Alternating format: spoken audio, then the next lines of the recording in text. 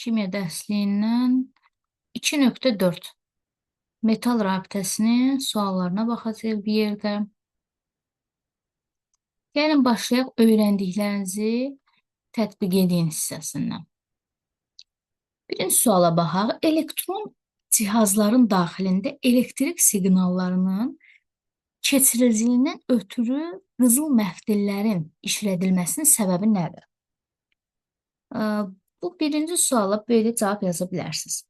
Qızıl paslanmır, qaralmır, uzun müddət parlaq və təmiz qalır, uzun müddət təmiz qalır,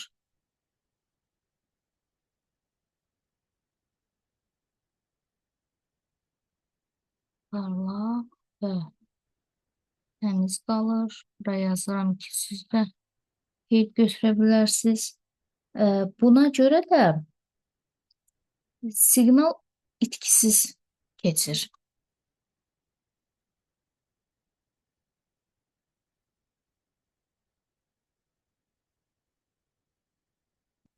Keçir, yəni ötürülür siqnal.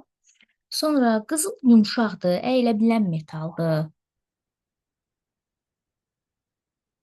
Döyülüb yaslana bilir, yəni plastik xüsusiyyəti vardır. İncə məftil kimi qırılmadan istifadə oluna bilir.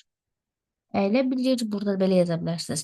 İncə məftil kimi qırılmadan istifadə oluna bilir.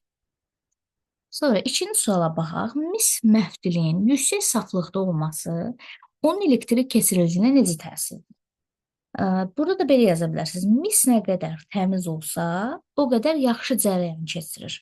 Çünki misin tərkibində qarışıqlar, başqa maddələr olanda, onlar elektron yoluna mane olurlar və keçirdilik zəifləyir. Qeydinizi belə götürə bilərsiniz. Təmiz olanda yaxşı cərəyan keçirir.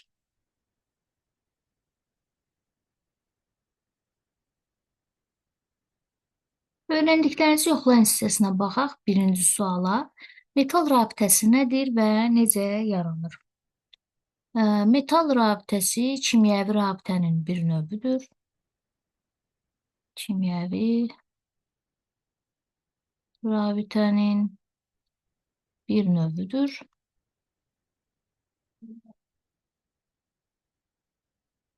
Necə yaranır deyirsə, metal katyonları və delokallaşmış elektronlar hesabına yaranan rabitə növüdür metal rabitəsi.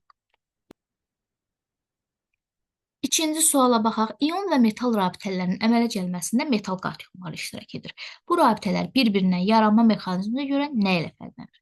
İon rabitədə demişdik ki, rabitə katyon və anion arasında olur.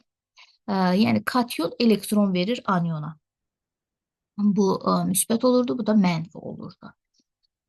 Və metal, qeyri-metal arasında yaranır bu rabitə. Metal rabitəsində isə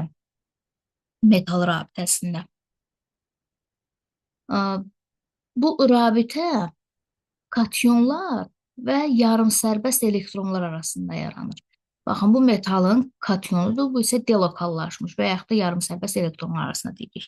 Mexanizmi buna görə fərqlənir. Həmçinin metal rabitəsində qeyri-metalda olmur. Üçüncü suala baxaq. Nə üçün metallar elektrik cərəyanını keçirir? Deməli, elektrik cərəyanına keçirməsi yenə burada biz metalı cərəyan mənbəyinə qoşanda oradakı delokallaşmış, yəni yarım sərbəst elektronlar elektron dənizi əmələ gətirirlər. Bu elektron dənizi də elektrik keçiriciliyinə səbəb olan.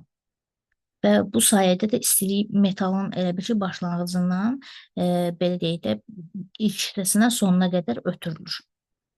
Həmin o elektronlar hesabına baş verir bu hadisə. Sonuncu suala baxaq. Metalların məftil, lövhə, boru və sair formalara salınması, onların hansı xassələri, həmin xassələri isə metal rabitəsi ilə necə əlaqəlidir? Deməli, bu plastiklik xassəsi ilə əlaqəlidir. Yəni, döyülüb yaslana bilmə xüsusiyyətidir bu. Həmin xassələr isə metal rabitəsi ilə necə əlaqəlidir? Əgər metal rabitəsi